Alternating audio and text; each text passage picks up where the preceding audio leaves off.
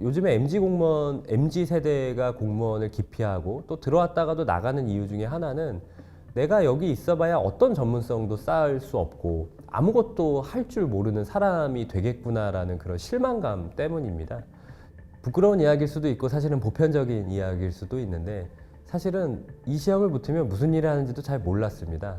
그냥 어떤 특정한 여러 가지 조건들, 그 당시에 현실적인 인식들 이런 것들을 종합해서 부끄럽게도 이제 이런 진로를 정하게 되었는데 다만 그래도 상식적으로 생각하는 것들이 있지 않습니까? 공무원이 되면 적당한 명예 그리고 적당한 공익에 대한 헌신 이런 것들을 이룰 수 있다는 생각을 했었는데 여기서는 그것을 이룰 수가 없구나. 어떤 겉껍데기의 명예는 이룰 수 있겠지만 정말 이 공익에 헌신하는 그런 조그만 부분조차도 이루지 못하겠구나. 그런 것을 경험했습니다.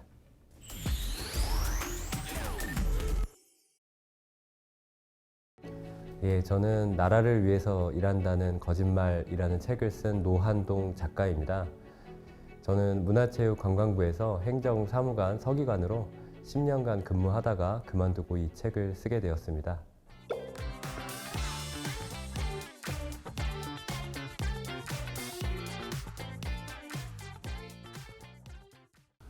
저는 이 표현은 사실 빌려온 표현인데 공적 냉소와 사적 정열이 지배하는 사회다 이런 표현을 쓰고 싶습니다. 공적인 일에는 이거 어차피 해봐야 되겠냐라는 식으로 굉장히 냉소하면서 본인의 어떤 승진이라든지 주요 보직이라든지 유학이라든지 이런 것들을 강렬하게 추구하는 사적 정열이 지배하는 그런 사회라고 생각합니다. 우리가 행정학에서 이론을 배울 때는 정책의 창이라는 표현을 씁니다. 그 정책의 창이라는 것이 평소에는 실현되기 어렵지만 어떤 특정한 충격적인 사건이 일어나면 그 평소 하지 못했던 그런 일들이 할 수 있다는 의미로서 정책의 창을 이라는 의미를 씁니다. 그런데 실제로는 정책의 창이 열렸을 때도 우리가 아무것도 하지 않고 시간만 끌고 문제를 해결할 생각이 없는 그런 모습들을 봤습니다. 구체적으로 좀 예를 들어드리면 검정 고무신 사건이라든지 구름빵 사건이라든지 이렇게 창작자들이 보호받지 못하는 저작권법상에서 보호받지 못하는 사건들이 있었을 때 그럴 때 뭔가 창작자를 위한 어떤 구체적인 대안들이 제시가 되고 그것들이 법률적으로 정비가 되어야 하는데 결국에는 교육이라든지 법률 지원이라든지 이런 표피적인 대안만 난무하고 법적인 변화가 없었다. 그래서 정책의 창이 열렸을 때 어떤 특정 부처가 특정한 일을 할 수 있다라는 행정학의 이론과는 달리 현실에서는 아무런 문제를 해결하지 않고 잠깐 눈속임만 하는 그런 행태들을 볼 수 있었습니다. 원래 이 공직이라는 것이 사회의 문제를 해결하고 공익에 기여하는 업무지 않습니까? 그런데 여러 가지 이유들 때문에 실제로는 우리가 공익이나 사회 문제를 해결하기 어렵다. 이런 어떤 무력감 같은 것들에 휩싸이게 됩니다. 그렇게 되면은 사실은 무능에 이르게 되고 그때부터는 해봐야 되겠냐 이런 생각에 이르고 또 동시에 그러면 내가 여기에서 어떻게 하면 영리하게 얻을 수 있는 것을 얻을 수 있을까 이런 것들을 추구하게 된다는 의미로 썼습니다. 뭐 과도한 문서주의 같은 것은 사실은 너무나도 많습니다. 우리가 그 예산을 편성할 때 그 예산 설명 자료라는 것을 부처별로 만들게 되는데 그 예산 설명 자료가 몇만 페이지 아니면 몇십만 페이지에 이르게 됩니다. 그런데 재밌는 게 거기에 이제 오타 같은 것들이 들어가게 되면 몇 년간 수정이 되질 않습니다. 무슨 말이냐면 결국엔 아무도 보지 않는 자료라는 것입니다. 그러니까 이게 어떤 근거를 만들어 놓기 위해서 만드는 자료인 것이지 실제로 정말 누군가에게 예산을 설명하고 그 예산의 당위성을 보장받기 위해서 만드는 자료가 아니라는 것입니다.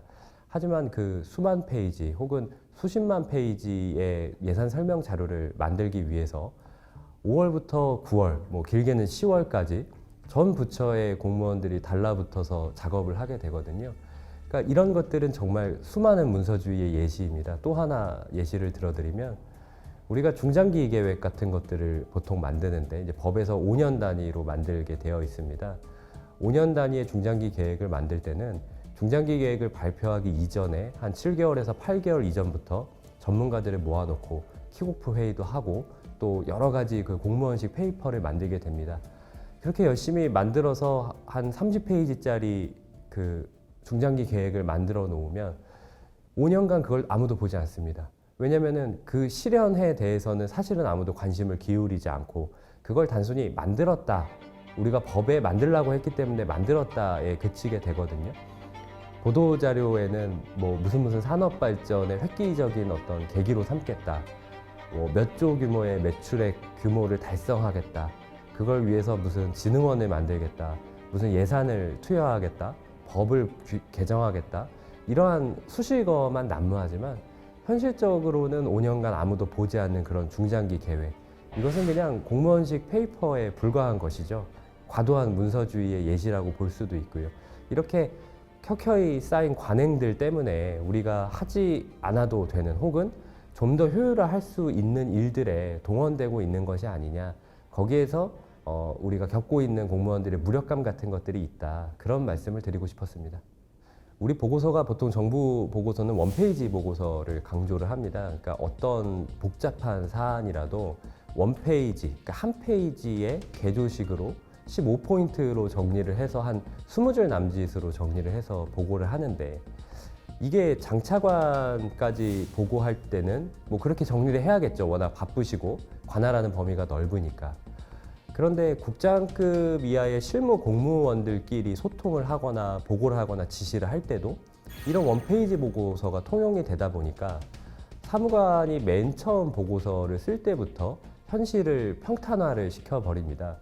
그러니까 우리가 현 사안은 모두가 알지만 그거에 대한 복잡한 원인이 무엇이 있을까? 그 중에서도 주요한 원인이 무엇일까? 그거에 맞는 대책은 뭐가 있을까에 대해서 실무 공무원들끼리 서로 논박하는 보고서가 작성이 되는 것이 아니라 처음부터 장차관에게 보고할 원페이지 보고서를 염두를 해두고 그걸 이쁘게 다듬게 되는 그런 역할들을 하게 됩니다. 문제는 그렇게 논박과 토론을 거치지 않은 보고서는 현실을 아주 납작하게 반영하고 있습니다. 때로는 해결 방법 자체가 있는 것들, 예를 들어서 우리가 곧 법을 바꿀 것이라든지 아니면 예산이 좀 있어서 예산이 늘었다든지 이러한 해결 방안이 있는 것들의 원인을 껴 맞춰서 보고서를 작성하게 되는 행태까지 보이게 됩니다. 또한 조금 더 영리해지면 그런 보고서를 쓰기 위해서 복잡한 현실을 이해하려고 하지 않고 딱 보고서에 필요한 만큼만 자료를 서칭하거나 사람을 만나게 되거나 문제를 이해하게 되려는 노력을 들이게 됩니다. 우리가 보통 사무관이 문제를 열을 알면 과장이 5를 알고 국장이 뭐 한 2 정도를 알고 장차관이 1도 모른다 이런 얘기들을 공직사회에서 많이 쓰는데 이런 보고서에 길들여지게 되면 사무관이 10도 모르게 된다는 거죠. 사무관조차 10이 아니라 5, 3 이 정도만 알고 원페이지 보고서를 쓰는데 올인을 하게 된다는 것입니다. 그러니까 이런 보고서로는 우리가 세상의 문제를 바꿀 수 없다. 거기에서 오는 무력감이 있다. 이런 말씀을 드리고 싶었습니다. 가짜 노동이라는 것은 어떤 진짜 본인 업무에서 이루고자 하는 목적 이외의 업무들을 뜻합니다. 예를 들어서 시간을 때우기 위해서 하는 회의라든지 그냥 단순히 나중에 면피하기 위해서 만드는 보고서나 문서라든지 이런 것들을 다 통틀어서 가짜 노동이라는 개념을 쓰고 이건 뭐 제가 만든 개념은 아니고 동명의 책에서 덴마크의 작가가 쓴 그런 개념입니다. 가짜 노동의 예시는 뭐 공직사회에서 너무나도 많습니다. 예를 들어서 제가 어떤 업무를 하나를 한다고 하면은 그 업무를 가져다가 취합해서 누군가에게 보고하려는 사람은 좀 과장을 보태자면 100명이 넘습니다. 그러니까 그 100명의 기획, 총괄, 또 한 페이지에 담으려는 어떤 보고서의 작성을 위해서 제가 업무 연락에 대응을 해야 되고 거기에 조각조각 정보를 줘야 되고 이런 작업들이 주가 되어 버린다는 것이죠. 그러니까 사무실에 앉아서 어떤 문제를 해결하기 위해서 뭔가를 고민하고 사람을 만나고 하는 것보다는 누군가의 연락에 혹은 상위기관의 연락에 대응하기 위해서 앉아 있는 것들이 훨씬 많습니다. 이것은 우리가 어떤 일을 했을 때 본질적인 목표를 달성하기 위해서라기보다는 그냥 단순히 조직이 굴러가게 하기 위한 일들의 부속품 같은 역할들인데, 물론 기획조정총괄 같은 업무들이 필요합니다. 필요한 부분이 있지만 그것이 너무 과도해서 본래의 업무를 잠식시킬 정도라면 이것은 상당히 문제가 있다, 그렇게 생각합니다. 사실은 제가 사기업을 경험을 해보질 못해서 사기업에 이런 수준의 문제가 동일하게 있는지에 대해서는 사실 현재는 알지 못합니다. 다만 어떤 큰 조직이든지 간에 관료제적인 속성이 있고 그 속성에는 여러 가짜노동적인 성격이 있다고 생각합니다. 다만 사기업과 정부의 차이는, 사기업은 그렇게 해서 일을 하지 못하면 도태될 것이고 또 대체될 것이고, 그렇게 해서 경쟁과 순환이 일어난다는 특징이 있습니다.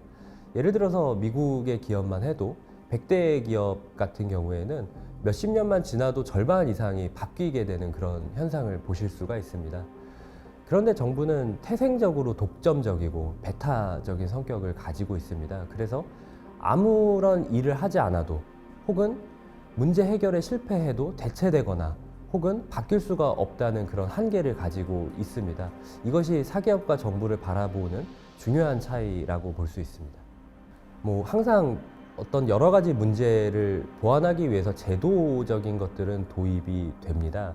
예를 들어서 부처 간 이기주의를 타파하기 위해서 고위공무원단 제도를 도입한다든지, 아니면 순환보직 제도로 인한 전문성 저하를 보완하기 위해서 전문 직위 제도를 도입한다든지, 이런 여러 가지 제도들은 도입이 됩니다.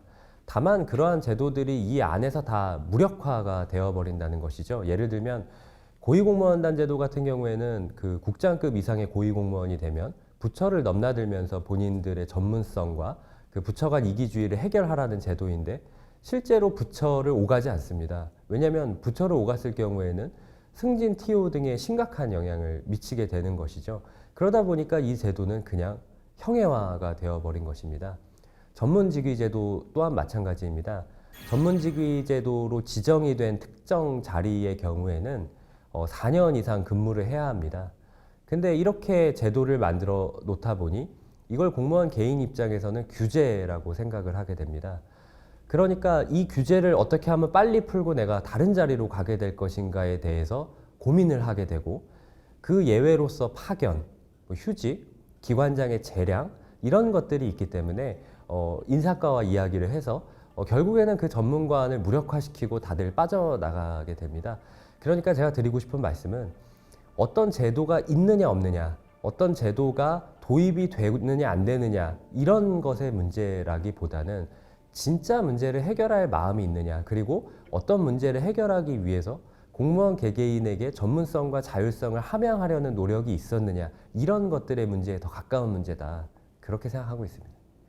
그 공무원 같은 경우는 입직 경로가 크게 세 가지가 있습니다.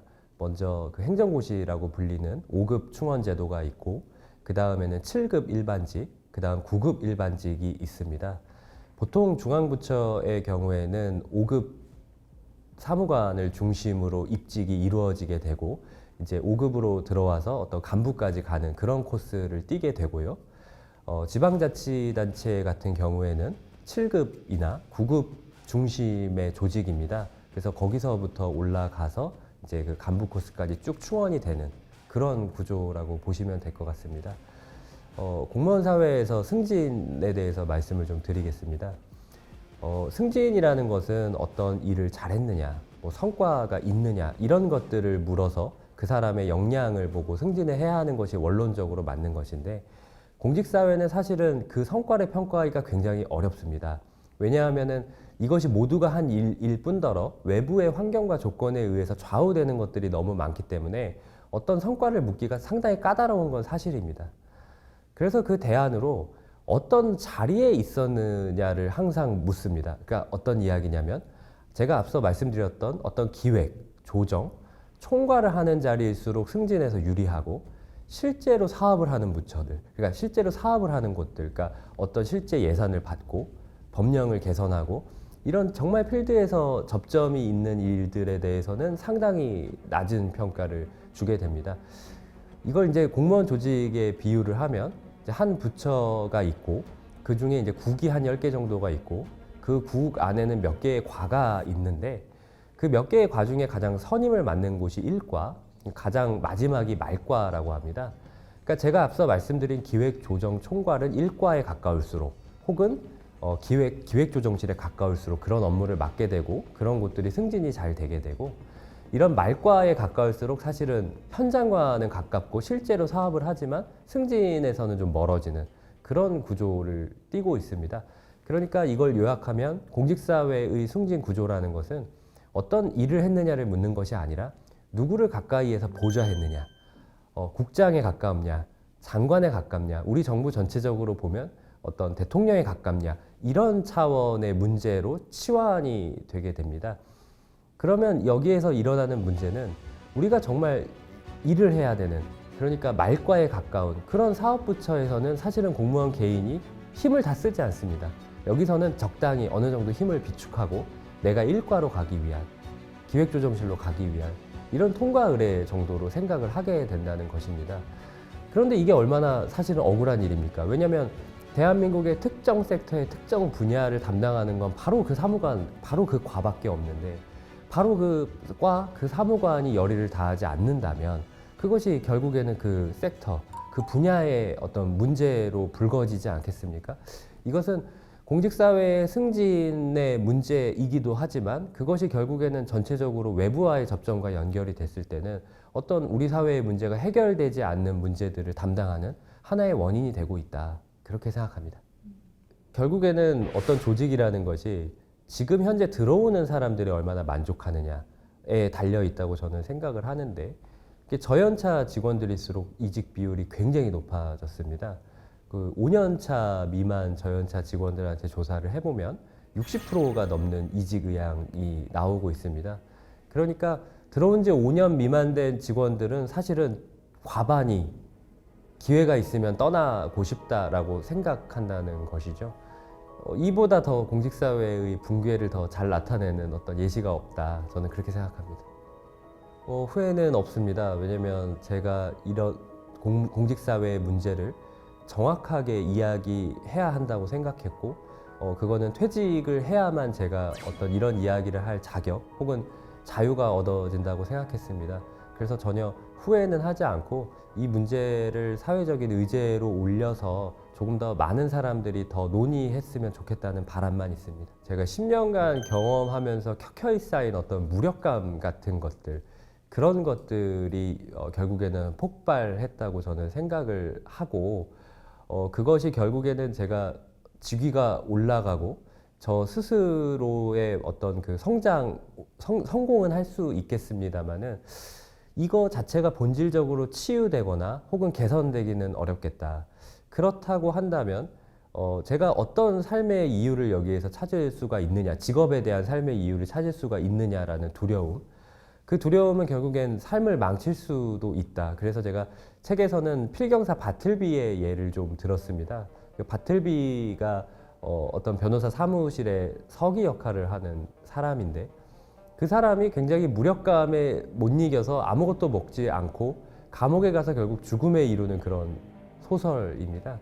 결국엔 저 스스로도 바틀비와 같은 신세를 면하지 못할 것만 같은 두려움 그런 것들이 저를 지배했기 때문에 결국에는 이 퇴직에 이르게 되었다고 말씀드리고 싶습니다. 부끄러운 이야기일 수도 있고 사실은 보편적인 이야기일 수도 있는데 사실은 이 시험을 붙으면 무슨 일을 하는지도 잘 몰랐습니다. 그냥 어떤 특정한 여러 가지 조건들, 그 당시에 현실적인 인식들 이런 것들을 종합해서 부끄럽게도 이제 이런 진로를 정하게 되었는데 다만 그래도 상식적으로 생각하는 것들이 있지 않습니까? 공무원이 되면 적당한 명예 그리고 적당한 공익에 대한 헌신 이런 것들을 이룰 수 있다는 생각을 했었는데 여기서는 그것을 이룰 수가 없구나. 어떤 껍데기의 명예는 이룰 수 있겠지만 정말 이 공익에 헌신하는 그런 조그만 부분조차도 이루지 못하겠구나. 그런 것을 경험했습니다. 본질적인 문제들이 있겠습니다만은 뭐 제도적인 걸 말씀을 두 가지를 드리겠습니다. 하나는 인사제도에 관한 것인데요. 순환보직제도가 부정부패 방지를 위해서 사실은 도입이 되어서 우리가 운용을 하고 있지만 전문성 자체를 전혀 함양하지 않고 문제를 해결하지 않고 그냥 다음 자리로 가는 그런 악습 같은 것들로 이용하는 그런 모습들이 있습니다. 그래서 전문성을 좀 키울 수 있게 어떤 직무군들을 설정을 해서 그 안에서 돌면서 전문성을 쌓는 그런 제도를 좀 도입을 하자. 요즘에 MZ 세대가 공무원을 기피하고 또 들어왔다가도 나가는 이유 중에 하나는 내가 여기 있어봐야 어떤 전문성도 쌓을 수 없고 아무것도 할 줄 모르는 사람이 되겠구나라는 그런 실망감 때문입니다. 그런 실망감들을 좀 치유하고 개선하기 위해서라도 특정한 사람, 그러니까 희망하는 사람은 희망하는 직무군에서 본인이 좀 전문성을 쌓게 하고 싶다. 그렇게 되면 그 사람이 사실은 정부 안에서의 전문가로도 성장하겠지만 사회의 여러 분야로 나아가서 또 다른 분야의 전문가로서 성장할 수가 있습니다. 학계라든지 국회라든지 기업이라든지 이런 데서 전문성을 쌓게 되면 그 사람 자체가 굉장한 대한민국의 저는 전문가로 성장할 수 있다고 생각합니다. 따라서 정부 안에서부터 그런 전문가가 될 수 있는 어떤 트랙들을 만들어주자. 그리고 그것이 개인의 희망과 선호들을 최대한 보장을 해주자. 이런 생각을 가지고 있습니다. 두 번째는 예산 제도에 관한 것인데요. 사실은 현재 법에서도 규정이 되어 있는 것입니다. 국가재정법에 따르면 총액 배분 자율 편성 제도라고 해서 전체 총액에 대해서는 이제 기획재정부가 정해주지만 그 총액 안에서는 개별 부처가 알아서 편성을 할 수 있게 만들어 놓은 제도입니다.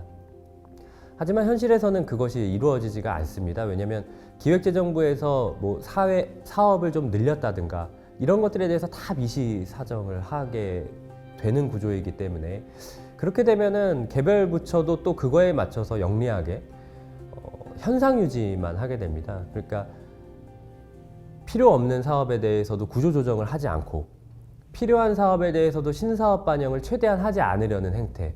그러니까 그냥 우리가 보듯이 기존의 사업에서 전년도의 예산에서 플러스 한 2%, 3%만 되는 그런 예산 구조가 그냥 꾸준히 돌아가고 있다고 보시면 될 것 같습니다. 그래서 이런 구조를 해결하기 위해서는 결국에는 개별 부처의 총액만 정해주면 그 안에서 그래도 기획재정부보다 좀 더 아는 공무원들이 뺄 건 빼고 넣을 건 넣고 이렇게 함으로써 우리 예산 제도를 조금 더 건전화시킬 수 있는 단초가 될 수 있지 않느냐. 그래서 이것은 국가재정법에 규정되어 있는 총액배분 자율 편성 제도의 원래의 목적과 취지를 살리자 이런 것들을 제안드리고 싶습니다. 우리가 이제 보도 자료 같은 것을 쓸 때 사실은 문화체육관광부가 국어 정책을 담당하기 때문에 올바른 국어를 사용해야 될 의무가 있습니다. 그런데 그게 이제 너무 심하거나 아니면 너무 무시되거나 이러면 안 되는 것이죠. 근데 이제 어떤 장관님 시절에는 너무 한글을 사랑하셔서 모든 것을 다 순 우리말화를 해라 이런 요구들을 하셨습니다. 예를 들어서 OTT 같은 경우는 온라인 동영상 서비스인데 사실은 온라인 동영상 서비스라고 썼을 때 그것이 OTT를 지칭하는지 모를 수가 있습니다. 뭐 소셜미디어 같은 것들도 뭐 누리소통 매체 이렇게 썼을 때는 뭐 분명히 순 우리말이기는 하지만 그게 무엇을 지칭하는지를 모르게 돼서 상당히 애를 먹게 되는 경우가 있었습니다. 반면에 이제 또 그 기획이나 혹은 전달의 효과성 때문에 신조어나 외래어 같은 것을 서슴지 않고 써라 이렇게 이제 말씀하시는 장관님도 계셨습니다. 그분은 사실 K를 굉장히 또 좋아하셨고 그래서 정말 아무데나 K를 갖다 붙이고 아무 신조어나 쓰고 그래서 뭐 K챗 GPT 같은 그런 단어들까지 보도자료에 등장했을 때는 그 단어가 주는 사실은 어떤 조악함에 아연실색할 수밖에 없었던 그런 경험을 했습니다. 그러니까 이것은 장관의 변화에 따라서 왔다 갔다 하는 그런 사례이기도 합니다만은 또 반대로 이야기를 하면은 관료 사회가 어떤 철학이 없다. 그러니까 국어 정책을 담당하는 주무부처로서의 철학 자체도 좀 모자란 거 아니냐. 좀 그런 사례로서 좀 말씀드리고 싶습니다. 처음에 사실은 입직을 할 때는 사실 그래도 다들 사명감을 가지고 뭐 나라나 공익에 헌신하고 싶은 마음들이 다 있습니다. 그런데 그게 이제 현실하고 맞닥뜨렸을 때, 물론 뭐 모든 이상을 다 구현할 수는 없지만 현실하고 맞닥뜨렸을 때 내가 하는 일이 도대체 공익과 무슨 관계가 있지? 내가 도대체 뭘 변화시킬 수 있지? 내가 생각했던 이상과 이것은 전혀 관계가 없는 일인데 라는 그런 무력감과 실망에 이르게 되면서 우리가 이제 흔히 보는 어떤 친절하지만 결국에는 아무 문제도 해결하지 않는 그런 공무원 상이 탄생을 하게 됩니다. 이것은 관료제의 자체의 문제일 수도 있지만 우리 사회가 지금 맞닥뜨린 어떤 문제, 어떤 문제를 해결하지 못하는 정부, 공무원 이런 문제와의 연결고리가 저는 분명히 있다고 생각합니다. 오래 일을 하면 이제 모든 일에는 이유가 있다라는 명제를 참이라고 생각을 하고 이렇게 너무나도 비효율적인 혹은 권한은 없으면서 책임만 져야 되는 이 이상한 구조 여기에 대해서 비판적인 시각을 가지기보다는 그냥 우리가 어쩔 수 없는 거 아니냐 이걸 너도 못 바꾸고 나도 못 바꾸는데 불만을 가지지 마라 그냥 일이나 열심히 해라 이제 이런 어떤 사고관에 빠지게 되는 것이죠. 근데 물론 이제 그분들의 말씀에도 충분히 어떤 동의할 수 있는 부분이 있겠지만 그 부분이 너무 압도적이라서 우리가 변화하지 못하고 발전하지 못하는 것도 충분히 염두해둬야 되는 거 아닌가 하는 생각이 있습니다.